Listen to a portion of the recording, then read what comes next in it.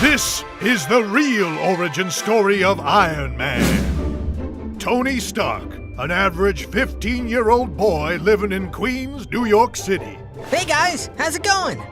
He lives with his Aunt May and Uncle Ben, who treat him as if he was their very own son. Tony is natural-born scientific genius with a knack for building things. To which Uncle Ben would always say, with great power comes great responsibility. Tony is undoubtedly ambitious, but he may also have a bad habit of using his best friends Pepper and Rhodey as unwilling test subjects. Yo, dude, you sure about this? 100%. Nobody's gonna get seriously injured, I promise.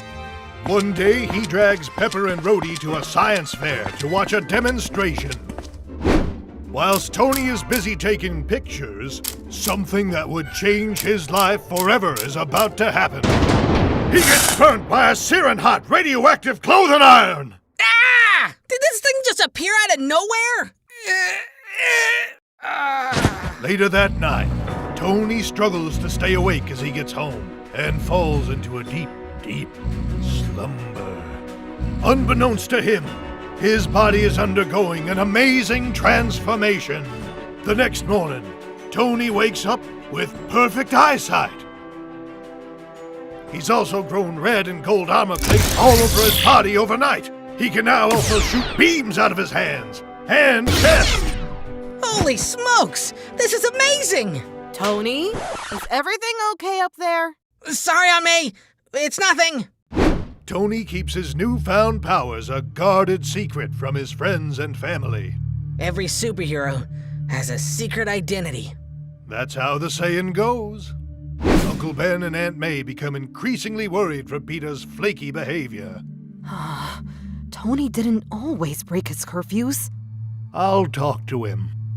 Not knowing that Tony has joined an underground fight club to put his powers to the test and earn some money on the side.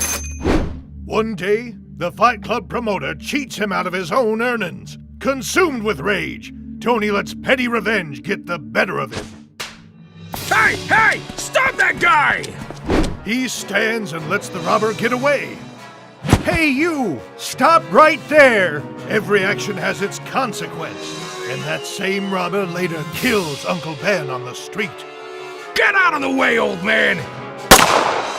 No! Uncle Ben! With great power comes great responsibility.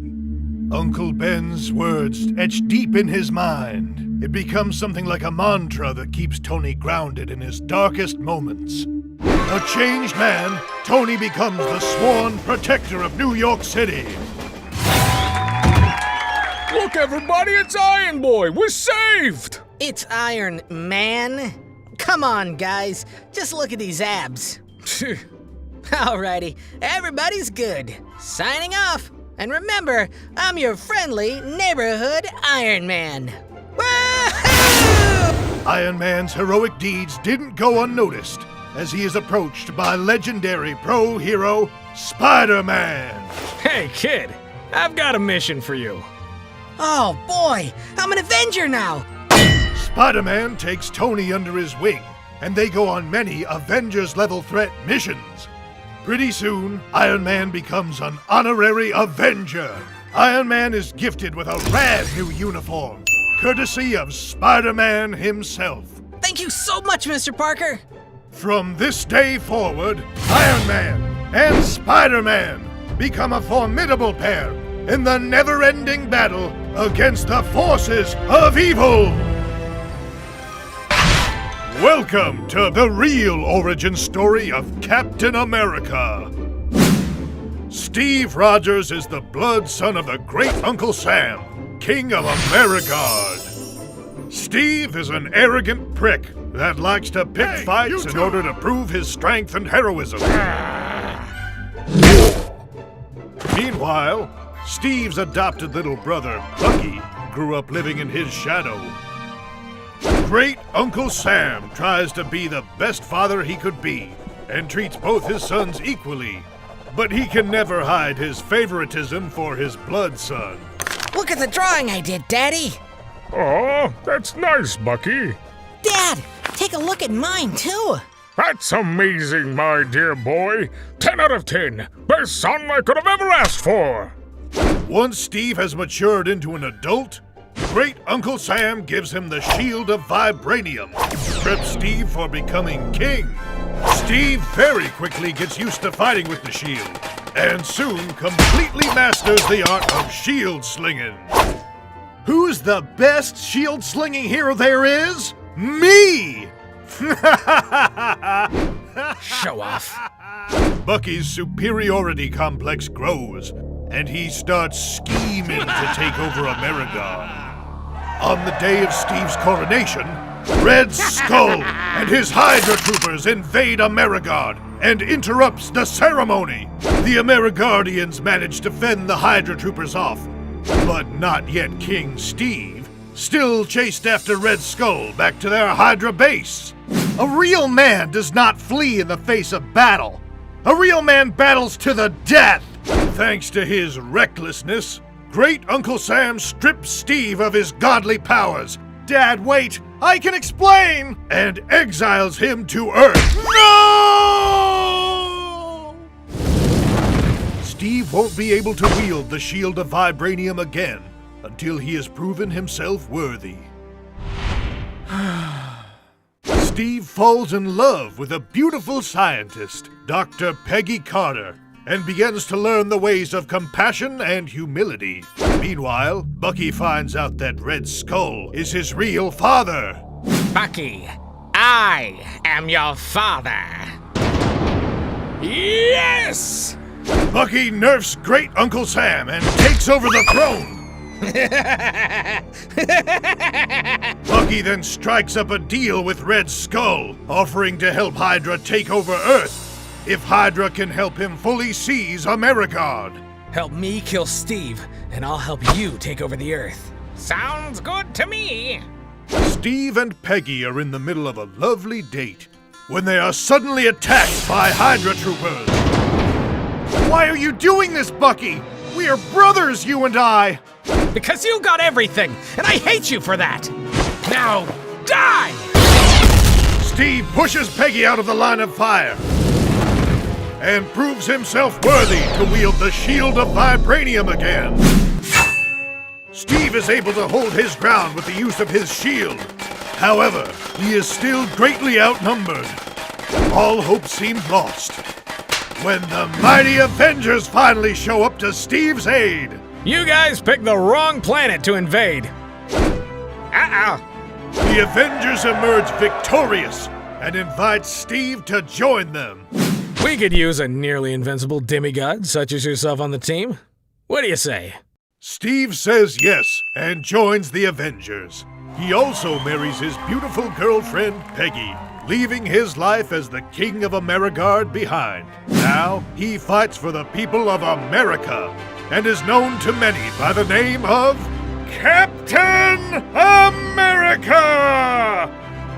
The end.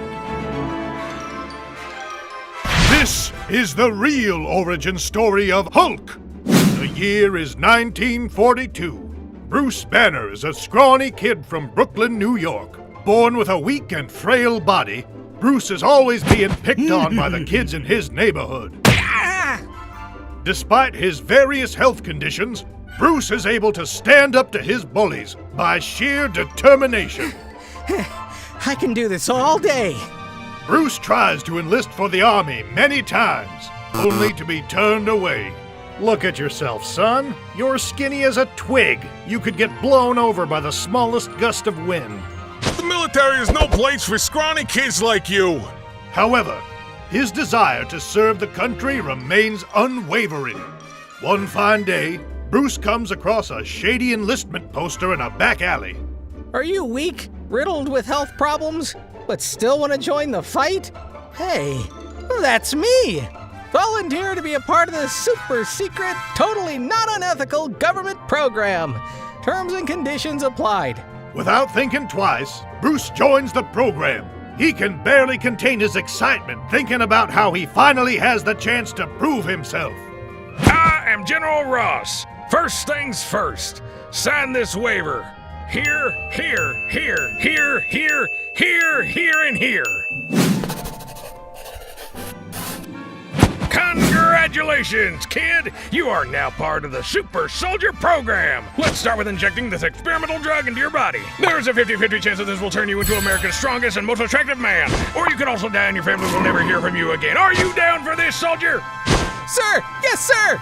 Bruce is asked to remove his shirt and lay down in the ominous, coffin-like chamber. Why is everyone standing so far away? All right, Banner, just relax. This won't hurt one bit. Okay. Moments later, Bruce emerges a different man. Different as he is now. Big, ripped, and green. From now on, your codename is Hulk. The green skin makes Hulk the perfect soldier for jungle warfare. He blends in easily with the surrounding shrubbery and strikes the enemy where they least expect it. Hey, is it just me? Or is that bush charging straight at us? Hulk smash!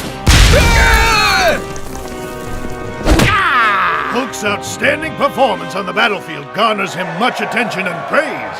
This made General Ross really envious. This isn't fair! I should be the one getting all the glory. I was the one who made that little scrawny punk famous. Consumed by jealousy, General Ross injects himself with the super soldier serum and turns into the Red Hulk and goes rogue. I feel incredible. Look at my muscles. Hey, my beer belly is gone. Red Hulk steals the super soldier serum formula and attempts to make his escape in an aircraft. Put these on the black market, and I will be rich! Not when Hulk has something to say about it. Get out of my way, or face my wrath! Bring it on!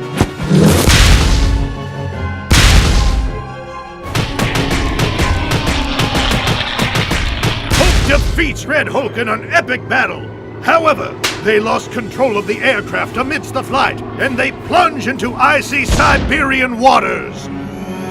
Nearly 70 years go by until Hulk is retrieved from the bottom of the ocean and defrosted at S.H.I.E.L.D. headquarters. Bruce wakes up to the Avengers staring down at him. Huh? Is this what heaven looks like? Hey man, perhaps this isn't the best time to be asking this, but wanna be an Avenger? Hulk joins the Avengers, and he is the only one superhero that gets to be shirtless in the fight against the forces of evil. The end.